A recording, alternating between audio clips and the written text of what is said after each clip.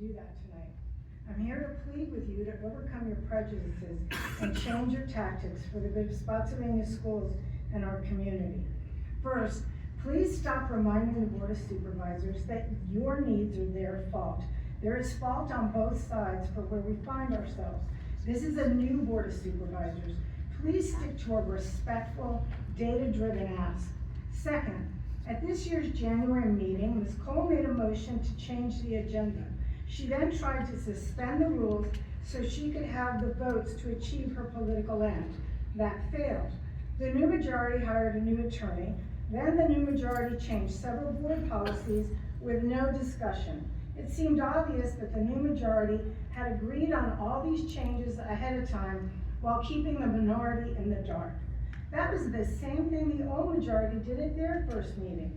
People said these things were illegal when the former majority did them, but no one objected to Ms. Cole's agenda change as a violation of FOIA, and as of yet, no one has sued her for the agenda change without notice. Dr. Daniels is certified in Robert's Rules of Order, but still makes mistakes. She's human, but I don't hear anyone shrieking corrections at her. Why was the new chair given the grace she asked for when no grace was shown to the last majority when they were new at running the meetings?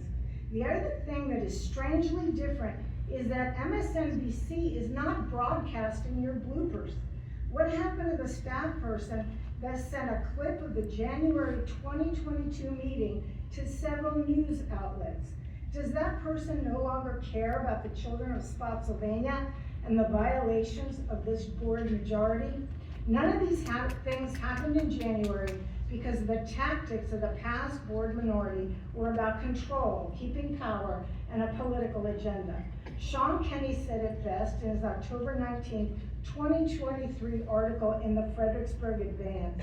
The agenda of the last school board minority was, and I quote, to disrupt every school board meeting, question every school board decision, create and build a climate of mistrust and fear, use the media to whip up and magnify public sentiment, pick the target, freeze it, personalize it, and then destroy it.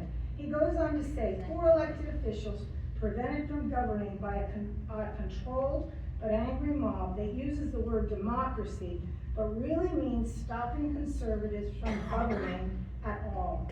Disruptors screamed illegal about everything they didn't like and filed frivolous lawsuits they lost. You have a right as a new board majority to forward your convictions, but please leave your political tactics behind.